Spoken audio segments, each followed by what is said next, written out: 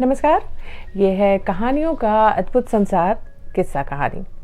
किस्सा कहानी में मैं भारती कुमारी आज आप सबके लिए फिर से लेकर आई हूँ विक्रम बेताल की कहानियों की सीरीज में से एक और कहानी। आप सब जानते ही हैं, पिछला सीरीज आपने सुना होगा। तो विक्रम बेताल की कहानियाँ बहुत ही लोकप्रिय कहानियाँ हैं हमारे बीच में, जिसमें राजा विक्रमादित्य, विक्रम यानी राजा विक्रमादित्य, जिसे ये ड्यूटी मिली है, जिसे ये काम मिला है कि बेताल को वो कंधे पर लाद कर अपने महल तक लाए। और जो इस प्रक्रिया में जब वो बेताल को कंधे पर लादता है तो बेताल कहता है कि राजा विक्रम, कितनी दूर चलना है पैदल तुम्हें मुझे कंधे पर लेकर? तो ऐसा करता हूँ, मैं तुम्हें कहानी सुनाता हूँ। कहानी सुनेंगे, रास्ता कट जाएगा, फिर चले जाएंगे, तुम्हारे महल तक पहुंच जाएंगे तब तक। और लेकिन कहानी के आखिर में मैं तुमसे एक प्रश्न पूछूंगा कहानी से संबंधित, और अगर तुमने कुछ बोल दिया, अगर जवाब दे दिया उसका, तो मैं यहाँ से फिर भाग जाऊंगा। और अगर तुमने जवाब नहीं दिया तो तुम्हारे सिर के टुकड़े हो जाएंगे। तो ये बहुत ही एक दिलचस्प सीरीज है। इसी सीरीज में जो अगली कहानी है, इसका शीर्षक है कटी नाक।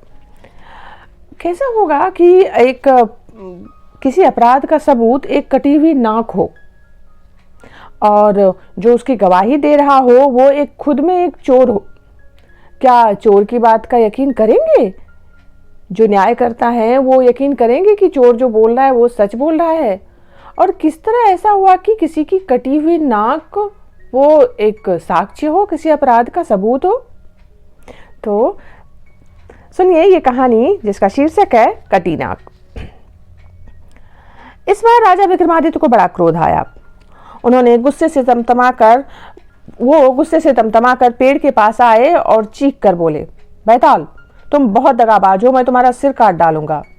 तुम बार बार भाग क्यों आते हो? बेताल कुछ न बोला, वो शव समान लटका रह गया। राजा विक्रम ने उसे फिर एक झटके से उठाकर अपने कंधे पर रख लिया और चल पड़ा। कुछ रास्ता तय होते ही बेताल बोला, राजा विक्रम, तुम इतने नाराज क्यों हो गए? तुम बार बार भाग क्यों आते हो? राजा विक्रमादित्य ने गुस्से में जवाब दिया। तो तुम्हारा सही जवाब पाकर मैं भाग जाता हूं। तुम्हारी शर्त क्या है कि तुम बोलोगे नहीं? अगर तुम बोलोगे तो मैं भाग जाऊंगा। लेकिन जब तुम न्याय की बात पूछते हो तो मुझे बोलना पड़ता है। तुम जानते हो मेरा नाम न्याय के लिए प्रसिद्ध है। लगातार न्याय करते करते मेरा स्वभाव बन गया है। राजा विक्रमादित्य ने जवाब दिया, तो मेरा भी भागने का स्वभाव बन गया है। ये कहकर बेताल ठठाकर हंस पड़ा। बेताल के इस व्यवहार पर राजा विक्रम खुश हो गए। राजा विक्रम से तब बेताल बोला, सुनो राजा विक्रम, अब मैं तुम्हें एक कहानी सुनाता हूँ। रास्ता भी कटेगा और तुम्हारा न्याय भी मैं जान सकूंगा। बेताल ने कहना शुरू किया। विक्रम चुपचाप सुनते चले गए। इस बार उसने बेताल को कसकर अपने कंधे पर रख छोड़ा था ताकि वो भागने ना पाए। बेताल कहने लगा, सुनो राजा विक्रम, अब मैं तुमको एक अजीब कहानी सुनाता हूं। तुमको इसका सही सही न्याय करना है, वरना तुम्हारा सिर फट जाएगा, टुकड़े टुकड़े होकर बिखर जाएगा। यह मेरा तुमको श्राप है। राजा विक्रमादित्य ने चुपचाप सिर हिला दिया। तब बेताल कहने लगा, सुनो राजा विक्रम, एक समय की बात है, अवंती नगर में एक सेठ रहता था। उस नगर सेठ का नाम गुणवंत था। वो परम धार्मिक और लोक परलोक बनाने वाला था। उसकी पत्नी अत्यंत रूपवती थी पर दुष्चरित्रा थी। उसने एक वर्णशंकर संतान उत्पन्न की थी, जो कि एक कन्या थी। वर्णशंकर होने के कारण वो अपनी मां से भी अधिक सुंदर निकली।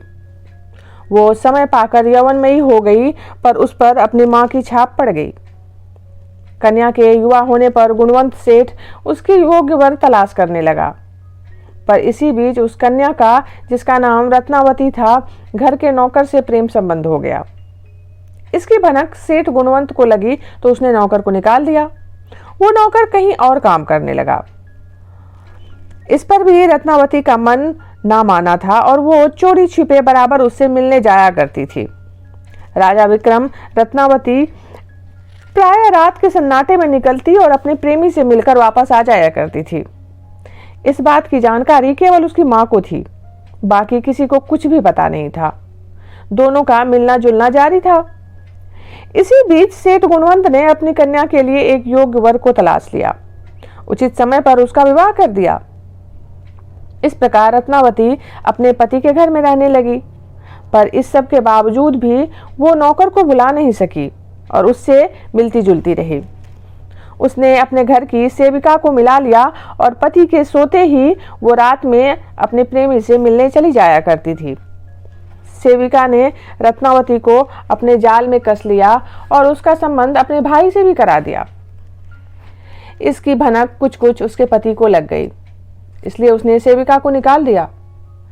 रत्नावती का अब अपने प्रेमी से मिलना मुश्किल हो रहा था। वो तड़पने लगी इस चीज के लिए।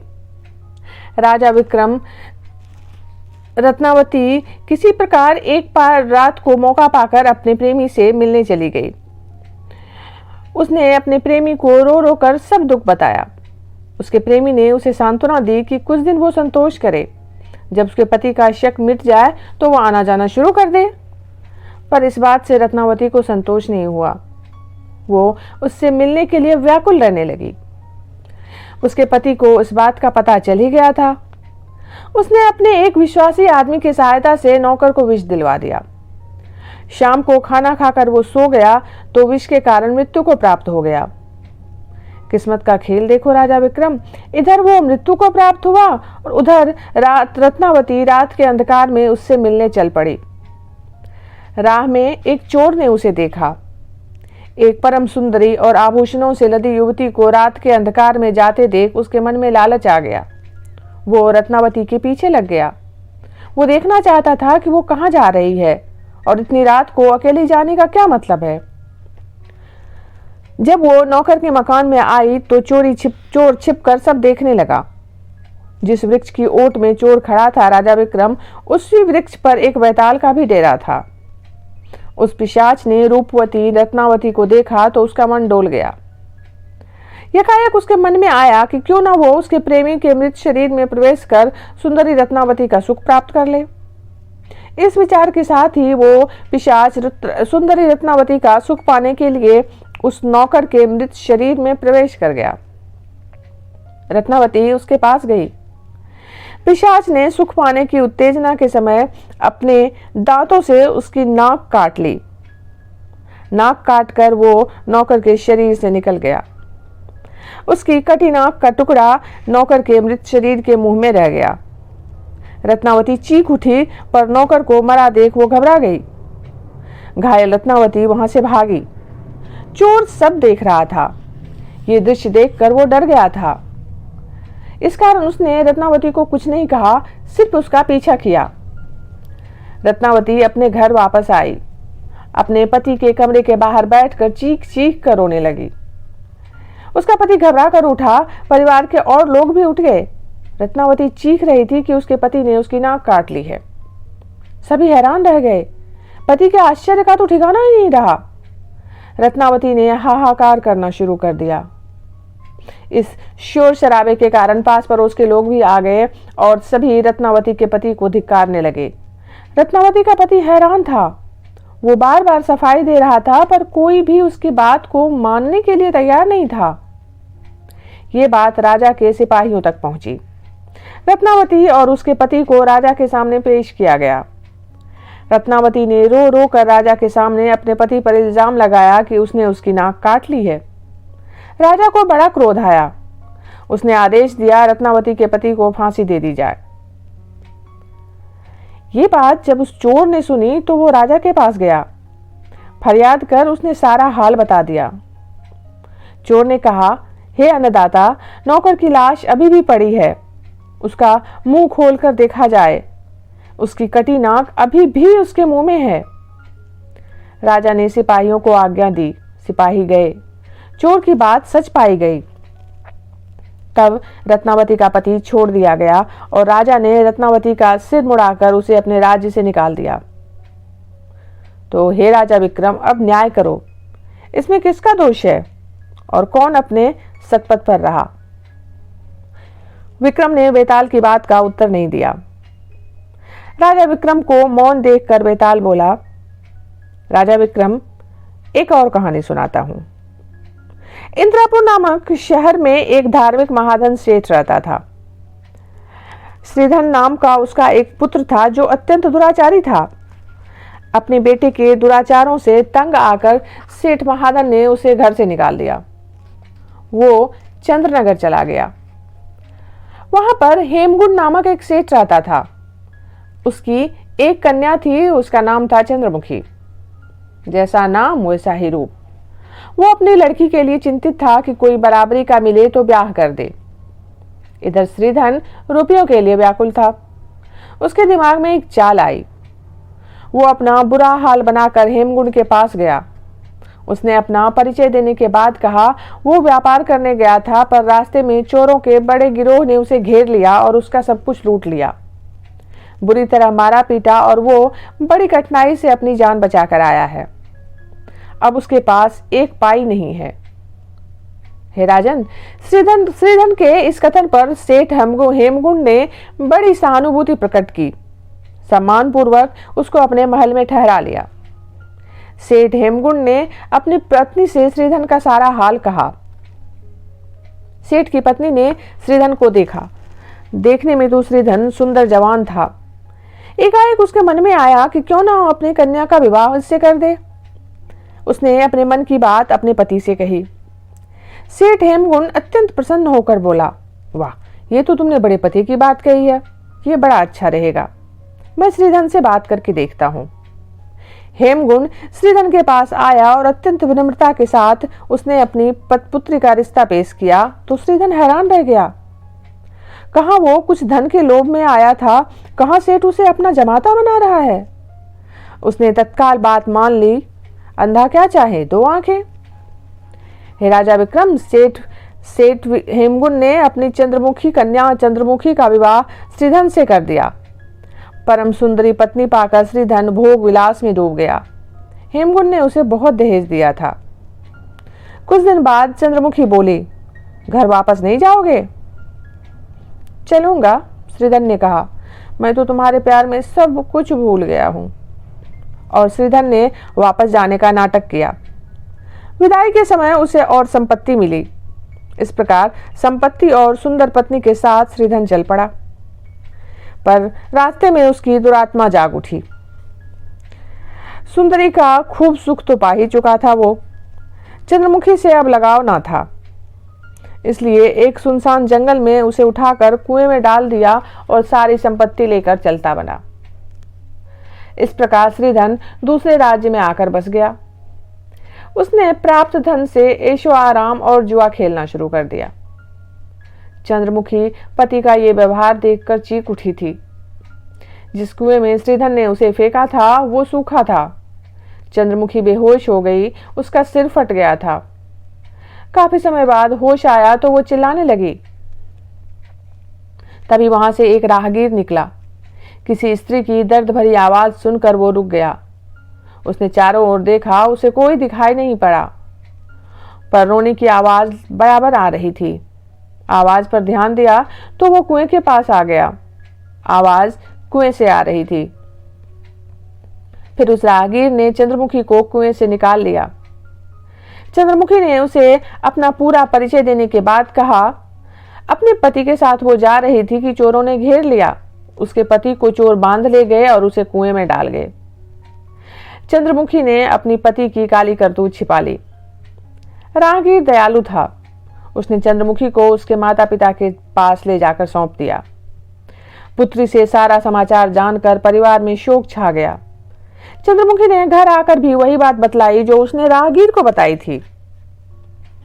चंद्रमुखी तो अपनी तकदीर पर आंसू बहाती अपने दुख के दिन काटने लगी और उधर श्रीधन भोग विलास में डूबा रहा। संपत्ति समाप्त हो गई। कुछ समय बाद एक दिन ऐसा भी आ गया कि उसके पास कुछ नहीं बचा। उसकी दशा भिखारी के समान हो गई। वो सचमुच भीख मांगने लगा। उसके पास कोई और उपाय नहीं था। भीख मांगकर गुजारा करता वो सेठ हेमगुण के नगर में गया।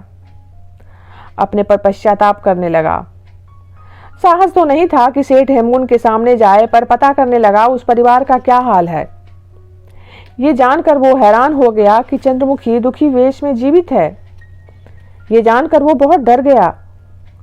बाद में उसे ये पता चला कि चंद्रमुखी के पति को चोर बांध कर ले गए थे और उसे कुएं में डाल गए थे और उसको कोई दयालु राहगीर वापस ले आया। श्रीधन अपनी पत्नी के इस व्यवहार पर चकित रह गए। अब श्रीधन ने नाटक किया। उसका वेश भिखारी का था ही। वो सीधे सेठ के घर घुस गया। उसकी दयनीय दशा के बावजूद सेठ ने उसे पहचान लिया। अरे श्रीधन बेटा तुम? हाँ, चोरों से छुटकारा पाकर आ रहा हूं। उन्होंने मुझे बंदी बना रखा था, श्रीधन बोला। 4 दिन का जंगल का रास्ता पार करके आ रहा हूं। और उसने अपनी एक मनगढ़ंत कहानी सुना दी। श्रीधन को फिर ससम्मान ठहरा लिया गया। कुछ समय बाद उसे फिर विदा किया गया। इस बार फिर से श्रीधन ने वही किया। चंद्रमुखी को कुएं में नहीं धकेला वरन उसे मारकर फेंक दिया। चंद्रमुखी ने उफ तक ना की। श्रीधन सब संपत्ति लेकर फरार हो गया। अब राजा विक्रम न्याय करो। इन दोनों कहानियों में कौन पूजनीय है? इसका उत्तर तुम्हें देना होगा। राजा विक्रम ने कहा, पहली कहानी का न्यायप्रिय राजा था। दूसरी कहानी का चंद्रमुखी का पिता हेमगुण। एक ने न्याय किया और दूसरे ने हर बार अपने जमाता पर विश्वास किया। राजा विक्रम ने कहा, इसका कोई महत्व नहीं है। वो कैसे राजा विक्रम? सुनो बैताल, पहली कहानी में चोर को मैं ईमानदार और महान बताता हूं। अगर वो जाकर राजा को सब ना बतलाता तो अवश्य ही बेगुनाह फांसी पर चढ़ा दिया जाता। और दूसरी कहानी में चंद्रमुखी सती सावित्री से कम नहीं है। उसने पति के हाथ मर जाना स्वीकार किया पर पति के विरुद्ध कुछ ना बोली। इस कारण दोनों पूजनीय हैं। राजा विक्रम का जवाब पाते ही बैताल भयानक अट्टहास कर उठा। उसके अट्टहास से सारा जंगल गूंज गया। एकाएक वो राजा विक्रम के कंधे पर से गायब हो गया। राजा विक्रम को बड़ा क्रोध आया। वो तेजी से दौड़ा। बैताल पेड़ पर जाकर उल्टा लटक सके इससे पहले ही उसे पकड़ लिया। फिर से भागा तू? अरे नहीं नहीं नहीं, मैं तुम्हारे साथ चल रहा हूं। और बैताल विक्रम के कंधे पर फिर आ गया। राजा विक्रम का क्रोध कम हो गया। तब बैताल को कंधे पर लाद कर तेज तेज कदमों से वो चल पड़े। उस समय सारा जंगल साए साए कर रहा था। विक्रमादित्य चलते जा रहे थे। एकाएक बैताल बोला, धीरे चलो राजा विक्रम, ठोकर लग सकती है। तुम फिक्र ना करो बैताल। अरे आप तो गिरोगे ही, मुझे भी गिराओगे, बैताल ने कहा। अच्छा तुम डरो मत। बैताल हंस पड़ा। तभी एक भयानक सिंह दोनों के सामने से निकल गया। बैताल खिलखिलाकर हंस पड़ा। बोला, राजा तुम सचमुच बहुत बहादुर हो। अच्छा चलते चलो। बैताल कंधे पर लटका था। राजा विक्रमादित्य बढ़ते जा रहे थे। हर तरफ भयानक वातावरण था। फिर भी राजा विक्रमादित्य निडर होकर जंगल में चलते जा रहे थे। आज की ये कहानी इतनी ही। जल्दी ही मिलती हूँ आप लोगों से विक्रम बेताल सीरीज की अगली कहानी के साथ। तब तक आप जुड़े रहिए किस्सा कहानी से। नमस्कार।